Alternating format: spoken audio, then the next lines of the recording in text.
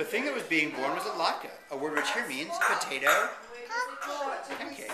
Latkes are a traditional part of the celebration of Hanukkah, a holiday commemorating a miraculous Jewish military victory. Nearly everything in this world is born screaming, and the latke was no exception.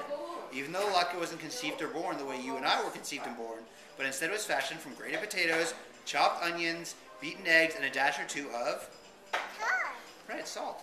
Once these ingredients were properly mixed, the latke was slapped into a pan full of olive oil, heated to a very high temperature, and this is when it began to scream.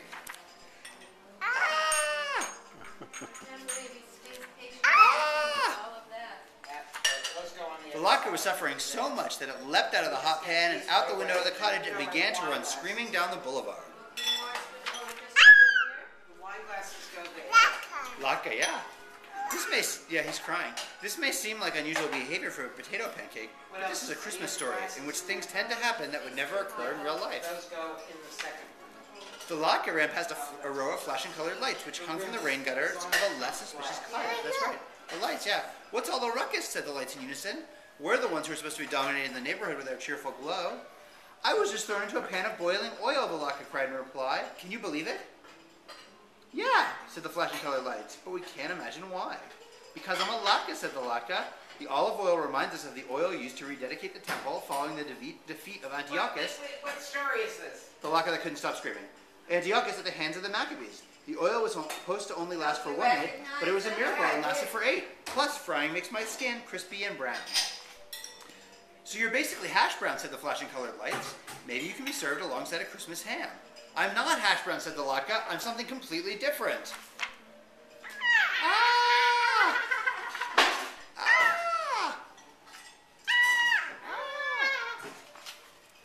The latke rounded the corner and found itself face to face with a candy cane. It wrinkled its red and white nose in distress. Can you wrinkle your nose? I'm trying to sprinkle the night air with my peppermint scent, the candy cane said. Your mouth-watering smell, not to mention all that yelping, has spoiled the effect.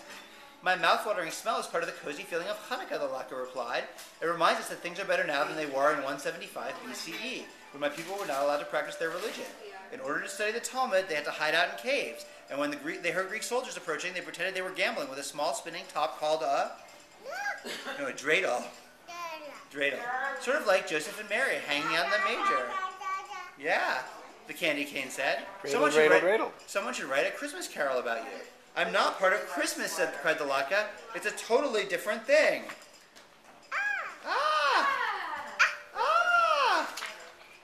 The screams of the latke grew quieter and quieter as the pancake ran out of the village into the surrounding forest. Its utter fury was unabated, a phrase which here means the latke was still very annoyed at the objects to whom it had spoken, but it was quite tired, so it decided to rest for a few minutes between the branches of a little pine tree. The pine tree was napping, but woke up with the sound of an object plopping down at its feet. Are you a present? The pine tree asked. Presents are pretty much the only thing allowed to sit beneath me during this time of year. The latke sighed.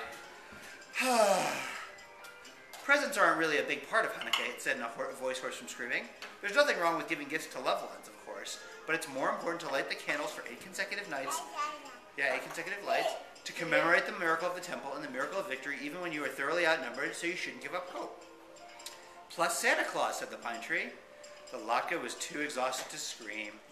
Santa Claus has nothing to do with it, the latke said. Christmas and Hanukkah are completely different things. But different things can sometimes blend together, said the pine tree. Let me tell you a funny story about pagan ritual. You want Papa to finish? Yeah. Papa's listening. Why doesn't Daddy finish? Before the pine tree could begin its story, a family came trooping through the snow, searching for something. Oh, you're all done? The end? Okay, the end. What did the latke say?